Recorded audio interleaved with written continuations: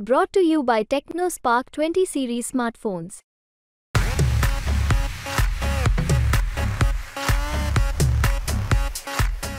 लातूर लोकसभेत हॅट्रिक करण्याच्या इराद्याने भाजप मैदानात उतरली आहे। तर देशमुख बंधूंनी काका दिलीपराव देशमुखांच्या मार्गदर्शनाखाली गडावर पुन्हा एकदा झेंडा फडकवण्यासाठी ताकद लावली आहे। काँग्रेसने डॉक्टर शिवाजी काळगेंना उमेदवारी दिली आहे, तर काँग्रेसच्या बालेकिल्ल्यात पाय घट्ट रोवलेल्या भाजपने पुन्हा एकदा सुधाकर शृंगारे यांनाच रणांगणात उतरवलंय। भाजपने हॅट्रिकचं स्वप्न पाहिलेलं असलं तरी इथल्या मतदारांनी मोठमोठ्या नेत्यांनाही पराभव चाखायला लावलेला आहे। एकेकाळी विलासराव देशमुख, शिवराज पाटील चाकूरकर आणि शिवाजीराव पाटील निलंगेकर यांच्यासारख्या मातब्बर काँग्रेस नेत्यांचा जिल्हा म्हणून लातूरची ओळख होती, पण इथल्या मतदारांनी या दिग्गजांनाही वेगवेगळ्या निवडणुकांमध्ये पराभूत केलं होतं। आता यंदाच्या निवडणुकीत लातूरातलं वारं कुणाच्या दिशेने वाहतंय हे जाणून घेण्याचा प्रयत्न आपण या व्हिडिओमधून करणार आहोत। नमस्कार, मी लखन आदाटे आणि तुम्ही पाहताय मुंबई तक। 1962 ला हा लातूर मतदारसंघ अस्तित्वात आला। 1980 ते 2004 हा काँग्रेसचा सुवर्णकाळ। काँग्रेसचे शिवराज पाटील चाकूरकर याच लातूर मतदारसंघातून तब्बल 7 वेळा खासदार झाले। शिवराज पाटील चाकूरकर यांच्या विजयाचा रथ 2004 च्या निवडणुकीत भाजपच्या रूपाताई पाटील निलंगेकर यांनी रोखला। नंतर मात्र पुनर्रचनेत लातूर मतदारसंघ राखीव झाला। काँग्रेसचे जयवंत आवळे 2009 मध्ये खासदार झाले। 2014 आणि 2019 मध्ये मात्र काँग्रेसच्या बालेकिल्ल्यात मोदी लाटेची जादू चालली। 2014 मध्ये भाजपचे सुनील गायकवाड खासदार झाले, तर 2019 च्या निवडणुकीत भाजपने सुनील गायकवाड यांचं तिकीट कापून जिल्हा परिषद सदस्य राहिलेल्या सुधाकर शृंगारे यांना तिकीट दिलं। शृंगारे यांनी काँग्रेसचे उमेदवार मच्छिंद्र कामत यांचा 2,89,000 मतांनी पराभव केला। त्यावेळी वंचितच्या राम गरकर यांनी 1,11,000 एवढी लक्षणीय मतंही मिळवली होती। सुधाकर शृंगारे यांच्याकडून आता पुन्हा एकदा मतदारांसमोर जाताना वंदे भारतचा मुद्दा हायलाइट केला जातोय। मराठवाड्यात कोच फॅक्टरी आणली, त्यामुळे आपल्या लातूरात वंदे भारतची निर्मिती होतीये, तरुणांना रोजगार मिळतोय। देशाच्या विकासासाठी मोदींच्या नेतृत्वाखालील एनडीएला पुन्हा एकदा निवडून द्या असं आवाहन शृंगारे यांच्याकडून केलं जातंय। तर काँग्रेसच्या शिवाजी काळगेंकडून IIT सारख्या संस्था आणून लातूरला देशातलं एज्युकेशनल हब बनवण्याचं आश्वासन दिलं जातंय।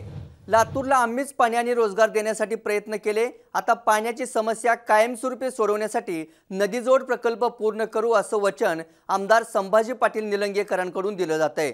दुसरीकडे मतदारसंघही माहीत नसणाऱ्यांना कशाला निवडून देता असा सवाल उपस्थित करत अमित देशमुखांनी सुधाकर शृंगारेंना क्लीन बोल्ड करण्याचा प्रयत्न केलाय। म्हणजेच कमी जनसंपर्क हा मुद्दा सुधाकर शृंगारे यांना अडचणीत आणताना दिसतोय। केंद्रातून निधी खेचून आणला नाही, मराठा आरक्षणावर आवाज उठवला नाही, या मुद्द्यांवरही बोलताना मी मागासवर्गीय असल्याने आरोप केले जातात असं उत्तर शृंगारेंकडून दिलं जातंय। लातूर मतदारसंघात मराठा आणि लिंगायत मतदार निर्णायक आहे। मुस्लिम आणि दलित मतांची संख्याही मोठी आहे। यंदा काँग्रेसने लिंगायत समाजातील डॉक्टर शिवाजी काळगेंना उमेदवारी देत भाजप समोर मोठं आव्हान दिल्याचं बोललं जातंय। शिक्षणातला लातूर पॅटर्न राज्यभर प्रसिद्ध असला तरी इथल्या तरुणांना नोकरीसाठी पुणे मुंबईच गाठावं लागतं। मराठा आरक्षणासह यंदा शेतमालाला हमीभाव नसल्याचा मुद्दा प्रचारात चांगलाच गाजतोय आणि हाच मुद्दा विरोधकांकडून हायलाइट केला जातोय। दुष्काळात रेल्वेनं पाणी आणावं लागलेला हाच लातूर जिल्हा, त्यामुळे पिण्याच्या पाण्यासह शेतीच्या सिंचनाचा मुद्दा सुद्धा केंद्रस्थानी यंदा सुद्धा दिसून येतोय। आता पाहूया कोणत्या आमदाराने कुणाच्या पाठीशी ताकद उभी केली आहे। या मतदारसंघात लातूर जिल्ह्यातील 5 आणि नांदेड जिल्ह्यातील 1 मतदारसंघाचा समावेश आहे। लातूर शहरमधून आणि ग्रामीणमधून विलासराव देशमुखांचे पुत्र आमदार आहेत। अमित देशमुख आणि धीरज देशमुखांच्या जोरावरच काँग्रेस उमेदवार काळगे भाजपच्या हाती गेलेला गड पुन्हा काबीज करण्यासाठी प्रयत्न करतील। उदगीरमधून संजय बनसोडे अजितदादा गटाचे आमदार आहेत। भाजपच्या सुधाकर भालेराव यांची इथं ताकद आहे। अहमदपूरमध्ये बाबासाहेब पाटील हे अजितदादा गटाचे आमदार आहेत। माहितीत असल्यानं अजितदादा गटाच्या दोन्ही आमदारांची मतं शृंगारेंना मिळतील। इकडे भाजपचे जिल्हाध्यक्ष दिलीपराव देशमुख यांचा एक गट कार्यरत असल्यानं शृंगारेंसाठी फायदेशीर ठरेल। इथली एक गट्टा मतं शृंगारेंच्या पारड्यात जातील। अहमदपूरमध्येच प्रमुख विरोधक विनायकराव पाटील यांचाही मोठा गट आहे, मात्र विनायकराव पाटलांनी नुकताच शरद पवार गटात प्रवेश केलाय, त्यांची मतं मात्र काळगेंना मिळतील। निलंग्याचे भाजप आमदार संभाजी पाटील निलंगेकर यांचं संपूर्ण तालुक्यात वर्चस्व असल्यानं शृंगारेंना इथून लीड मिळू शकतं। निलंग्यातच काँग्रेसचे अभय साळुंके आणि अशोक पाटील निलंगेकर हे लीड तोडण्याचा प्रयत्न करतील। लोहा विधानसभा मतदारसंघाचे आमदार आहेत श्याम सुंदर शिंदे, मात्र या शिंदेंनी भाजप सोबत जवळीक साधल्याची चर्चा आहे।